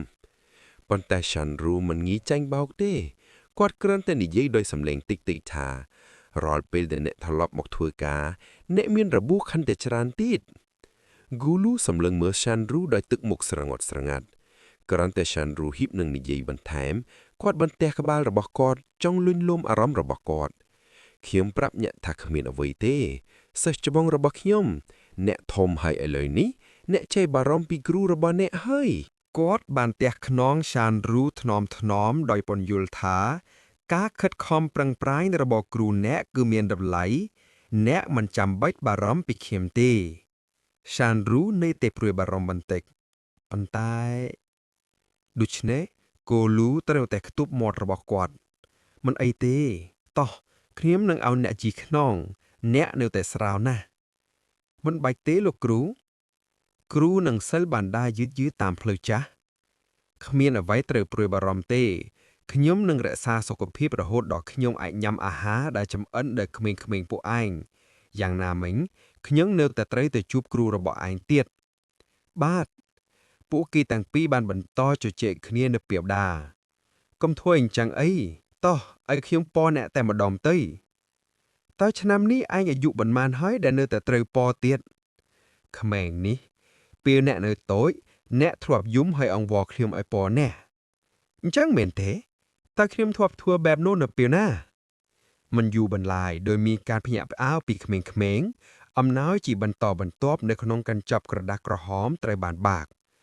សាច់គោក្រៀមក្មេងស៊ូទាំងពីរបានរត់ទៅអបគោលូភ្លាមដោយអញ្ជើញថាលោកគ្រូគឺល្អបំផុតប៉ុន្តែនៅក្នុងមុំមួយទៀតបេះដូងរបស់ឆានរូឈឺចាប់ចំពោះបរិសចំណាក់ដែលនៅចំពោះគាត់មើលគ្រូរបស់គាត់ផ្ដល់ឲ្យស៊ូទាននៅសម្លៀកបំពាក់ថ្មីមួយឈុតបេះដូងរបស់គាត់ពោពេញទៅដោយក្តីអាណិតកាន់តែខ្លាំង លោកគ្រូតែងតែបែបនេះបន្ទាប់មកគាត់បានងាកទៅមើល Fu Chiu និង Zishan ដណ្ដើមសាច់គោក្រៀមគ្នាខ្ញុំនឹងញ៉ាំវាទាំងអស់ Shan Ru គិតក្នុងចិត្តថាតែងតែទុករបស់ល្អបំផុត Shan Ru ងាកទៅមើលគ្រូរបស់គាត់ដែលកំពុងយកអំណោយមួយទៀតសម្រាប់អានឈីងក្មេងស្រីតូចសម្លឹងមើលរបស់ដ៏ស្រស់ស្អាតនៅក្នុងដៃរបស់នាងដោយឧទានមិនឈប់ថាវាស្អាតណាស់លោកគ្រូគាត់បានបន្តគំនិតដែលមិនទាន់ចប់ថាសម្រាប់ពួកយើងនៅពេលដែល Zishan អញ្ជើញគួលូឲ្យញ៉ាំគាត់ក្រវីដៃឲ្យបដិសេធដែលធ្វើឲ្យ Shan Ru មានអារម្មណ៍អស់សង្ឃឹមប៉ុន្តែសម្រាប់ខ្លួនគាត់សម្លៀកបំពាក់ដែលគួលូបានស្លៀកពាក់អស់ពីច្រើនឆ្នាំចាស់នឹងរហែករហូតដល់គួរឲ្យខ្មាស់អៀននឹងស្លៀកពាក់ចេញក្រៅនៅតែដដែលវូឡានបានសៀវភៅដែលគ្រូរបស់គាត់បានទិញឲ្យគាត់ហើយភ្លាមនោះក៏យកវាចេញមកអានដោយទុកមុខពោពេញទៅដោយការចាប់អារម្មណ៍អញ្ចឹងតើវាបែបនេះសោះប៉ុន្តែលោកគ្រូកាន់តែស្គមទៅពីមួយថ្ងៃទៅមួយថ្ងៃទោះបីជាមានច្រើនជាងនេះក៏ដោយឆានរូអង្គុយនៅម្ខាងដោយទុកមុខស្រងត់ដោយមានចន្ទៈមុតមមក្នុងចិត្តដោយចង់ពង្រឹងកម្លាំងរបស់គាត់ខ្ញុំចង់ធំធាត់ឲ្យលឿនខ្ញុំសង្ឃឹមថាខ្ញុំអាចធំធាត់បានលឿនតាមរយៈនោះខ្ញុំអាចតបស្នងសេចក្តីសប្បាយទាំងអស់នេះភ្នែករបស់គាត់ឥឡូវនេះពោពេញទៅដោយការបារម្ភប្រសិនបើអាចយប់កាន់តែជ្រៅហើយខ្យល់កាន់តែខ្លាំងដោយបក់ស្លឹកឈើពីដើមឈើនៅក្នុងទីធ្លារូបរាងពីរមួយធំនិងមួយតូចនៅតែស្ថិតនៅកលូរមុំក្រមាឲ្យចិត្តដោយញ័រខ្លួនខណៈពេលដែលគាត់ជំរុញក្មេងនោះថាវាកាន់តែត្រជាកហើយប្រញាប់ចូលទៅខាងក្នុងឆានរូសម្លឹងមើលដោយក្តីឈឺចាប់ចំពោះគ្រូដែលធ្វើការហួសកម្លាំងរបស់គាត់នៅរដូវវង្គាដោយដឹងថាសិស្សរបស់គាត់នៅតែព្រួយបារម្ភពីគាត់ក៏លូបានប្រើទឹកមុខដ៏ស្មោះត្រង់បំផុតដើម្បីលួចលោមគាត់មានយ៉ាងនៅទីនេះគឺអរគុណគ្រប់គ្រាន់ហើយខ្ញុំបានរៀបចំអង្ករសម្រាប់រដូវវង្គានេះរួចហើយដូច្នេះកុំបារម្ភលោកគ្រូមិនត្រជាក់ទេត្រង់ចំណុចនេះឆានរូប្រញាប់និយាយថាពូចាងនិយាយថាគាត់នឹងជួលខ្ញុំនៅរដូវផ្ការាតលោកគ្រូមិនចាំបាច់ទៅធ្វើការនៅរដូវវង្គានេះទេឮបែបនេះក៏លូប្រញាប់ក្រវីដៃតើក្មេងនេះកំពុងគិតអ្វីស្ថានភាពគ្រួសាររបស់ពូចាងវាមិនមានន័យអ្វីទេបន្ទាប់មកគាត់បានភ្នូរប្រធានបទតើក្មេងវូឡានកំពុងអានសៀវភៅមែនទេឆានរូឆ្លើយតិចថាបាទនៅក្នុងចំណងចម្រងរបស់គេសៀវភៅទាំងអស់គឺចាស់ណាស់គេនៅតែបន្តអានពួកគេខ្ញុំមិនដឹងថាប៉ុន្មានដងទេប៉ុន្តែសៀវភៅនីមួយៗគឺរហែកដោយសារវាមិនមែនជាអាហារគេមិនហ៊ានសុំទិញសៀវភៅថ្មីនោះទេក្មេងនោះពិតជាវាល្អដែលខ្ញុំមានការងារខ្ញុំអាចទិញសៀវភៅមួយទៀតឲ្យគាត់ត្រង់ចំណុចនេះឆានរូនៅតែព្រួយបារម្ភយ៉ាងខ្លាំងចំពោះគ្រូរបស់គាត់ទោះបីជារាងកាយរបស់លោកគ្រូដោយដឹងថាគាត់កំពុងគិតច្រើនទៀតហើយហ្គោលូញញឹមលួញលោមគាត់ថ្នមដើម្បីកាត់បន្ថយការព្រួយបារម្ភរបស់គាត់ហេតុអ្វីបានជាអ្នកចេះតែនិយាយបែបនេះលោកគ្រូនៅតែមានសុខភាពល្អគ្មានអ្វីត្រូវព្រួយបារម្ភទេដៃដែលស្គមស្កាំងរបស់គាត់បានដាក់ថ្នមលើក្បាលរបស់ឆានរូកុំប្រាប់ប្អូនរបស់អ្នកសិស្សច្បងមិនអាចបង្ហាញការព្រួយបារម្ភរបស់គាត់ទេបើមិនដូច្នេះទេប្អូននឹងព្រួយបារម្ភដែរមកដល់ពេលនេះមេឃបានស្រឡះបន្តិចហើយហ្គោលូត្រូវប្រញាប់ធ្វើដំណើរលាសិស្សរបស់គាត់វាត្រជាក់ពេកហើយប្រញាប់ចូលទៅខាងក្នុងប្រយ័ត្នកុំឲ្យ UAL ផ្ដាសាយនេះលាយចប់គាត់ក៏ងាកក្រវាយដៃហើយដើរចេញទៅ ដោយបន្សល់ទុកតែខ្នងរបស់គាត់សម្រាប់ឆានរូលឺដោយគ្មាននរណាម្នាក់ដឹងខាងក្នុងផ្ទះវូឡានក៏កំពុងបន្ទោសខ្លួនឯងដែរលោកគ្រូបានចេញទៅក្រៅម្ដងទៀតក្នុងអាកាសធាតុដ៏ត្រជាក់នេះគាត់អង្គុយមិនរើនៅកន្លែងរបស់គាត់ដោយលើកទឹកចិត្តខ្លួនឯង ខ្ញុំត្រូវតែខិតខំរៀនសូត្រនិងក្លាយជាអ្នកជោគជ័យសៀវភៅដែលរហែកស្ទើរតែដាច់ចេញពីគ្នានៅលើឥដ្ឋគឺជាសក្ខីភាពនៃឆន្ទៈដ៏មុតមាំរបស់គាត់ដូចសពមួយដងពន្លឺព្រះអាទិត្យបានចាំងចូលទៅក្នុងផ្ទះតូចនៅខាងក្នុង